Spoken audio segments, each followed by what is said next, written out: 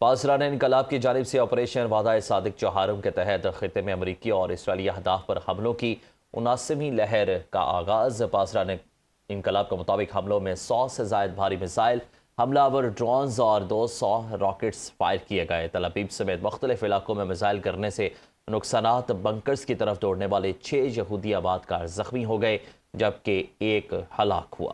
ایرانی حملوں میں قدامت پسندوں کے بنکرز کو بھی نقصان پہنچایا گیا۔ اسرائیل کے مختلف علاقوں میں ایرانی میزائل حملوں سے کئی عمارتیں تباہ ہو گئیں۔ کم از کم 25 اسرائیلی زخمی ہوئے، 2 کی حالت تشویشناک ہے۔ دوسری جانب بحرین میں ایک امریکی فوجی ٹھکانے کو بھی نشانہ بنایا گیا۔ اطلاعات کے مطابق الادیری بیس پر بیلسٹک میزائل حملہ کیا گیا، جس کے نتیجے میں ایک ہیلی کاپٹر تباہ جبکہ دیگر کو شدید نقصان پہنچا۔ ایران کا متحدہ عرب امارات میں 37 امریکی فوجیوں کو ہلاک کرنے کا دعویٰ۔ ایرانی فوج کی ترجمان کے مطابق پاسداران انقلاب نے UAE میں خفیہ مقام پر جاری امریکی فوجیوں کی میٹنگ کے مقام کو ہدف بنایا۔ اسرائیلی حکومت کے تیل بردار ٹینکر کو بھی ہدف بنایا گیا۔ خلیج فارس میں نشانہ بنائے گئے آئل ٹینکر میں آگ بھڑک اٹھی۔ ایرانی فوج کا خطے میں موجود امریکی عسکری تنصیبات، اواکس طیاروں اور ری فیولنگ جہازوں کے مقامات کو ڈرون سے نشانہ بنانے کا دعویٰ۔ ایرانی فوج کے مطابق صہیونی حکومت اور امریکہ کی جانب سے ایران کے رہائشی اور غیر عسکری علاقوں پر وحشیانہ فضائی حملوں کے جواب میں ایرانی فوج نے ڈرون کارروائیوں کے ذریعے بن گوریان ایئرپورٹ پر موجود امریکی اواکس اور ری فیولنگ طیاروں کے مقامات، ریڈار مراکز اور متحدہ عرب امارات میں موجود الیکٹرانک وارفیئر سائٹس کو نشانہ بنایا ہے۔ حملے میں 2000 کلومیٹر تک پرواز کرنے کی صلاحیت رکھنے والے جدید آرچ-2 ڈرونز استعمال کیے گئے۔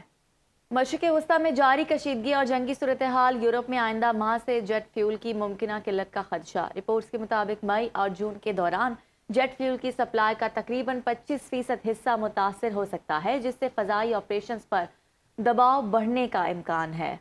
ممکنہ بحران سے نمٹنے کے لیے متبادل منصوبے تیار کیے جا رہے ہیں۔ صورتحال کے پیش نظر یورپی فضائی صنعت غیر یقینی صورتحال سے دوچار ہے۔ آئندہ ہفتے نہایت اہم قرار دیے جا رہے ہیں۔ ماہرین کا کہنا ہے کہ اگر تنازع جاری رہا تو اپریل سے جون کے درمیان فضائی ٹکٹوں کی قیمتوں میں نمایاں اضافہ ہو سکتا ہے۔ عالمی توانائی ایجنسی کے مطابق مشرق وسطی کے موجودہ بحران کی وجہ سے یومیہ 12 ملین بیرل سے زائد آئل سپلائی متاثر یا ضائع ہو چکی ہے۔ اس کشیدگی کے باعث آبلۂ ہرمز کے راستے جہاز رانی میں 70% سے زائد کمی آئی ہے، جس سے تیل کی عالمی منڈی میں بڑا تعطل پیدا ہو گیا ہے۔ امریکہ اور اسرائیل کے رات گئے تہران پر شدید حملوں میں سرکاری انفراسٹرکچر کو نشانہ بنایا گیا۔ ایرانی میڈیا کے مطابق دوا سازی کے تحقیقی شعبے کو تباہ کر دیا گیا ہے، جس سے قومی طبی سپلائی چین کو دھچکا پہنچا ہے۔ رپورٹس کے مطابق لارستان کے پہاڑی علاقے میں امریکی اور اسرائیلی حملے میں 4 افراد شہید جبکہ 3 زخمی ہو گئے۔ دوسری جانب بندرگاہوں پر بھی حملے کیے جا رہے ہیں، جہاں 5 افراد زخمی ہونے کی اطلاعات ہیں۔ امریکی اور اسرائیلی حملے میں سابق ایرانی وزیر خارجہ کمال خیراسی شدید زخمی جبکہ اہلیہ شہید ہو گئی۔ تہران کے ہسپتال پر بھی امریکی اور اسرائیلی حملوں میں 10 نرسیں شہید ہو گئیں۔ ادھر تہران پر اسرائیل نے گزشتہ 2 روز میں 400 سے زائد فضائی حملوں کا دعویٰ کیا، جن میں متعدد انفراسٹرکچر اور دفاعی تنصیبات کو نشانہ بنانے کا کہا گیا ہے۔ پاسداران انقلاب کی جانب سے آپریشن وعدہ صادق چہارم کے تحت خطے میں امریکی اور اسرائیلی اہداف پر حملوں کی 79ویں لہر کا آغاز۔ پاسداران انقلاب کے مطابق حملوں میں 100 سے زائد بھاری میزائل، حملہ آور ڈرونز اور 200 راکٹس فائر کیے گئے۔ تل ابیب سمیت مختلف علاقوں میں میزائل گرنے سے نقصانات، بنکرز کی طرف دوڑنے والے 6 یہودی آبادکار زخمی ہو گئے جبکہ ایک ہلاک ہوا۔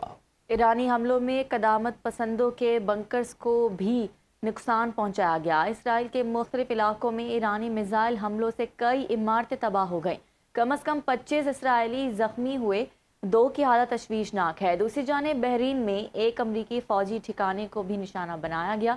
اطلاعات کے مطابق الادیری بیس پر بیلسٹک میزائل حملہ کیا گیا، جس کے نتیجے میں ایک ہیلی کاپٹر تباہ جبکہ دیگر کو شدید نقصان پہنچا۔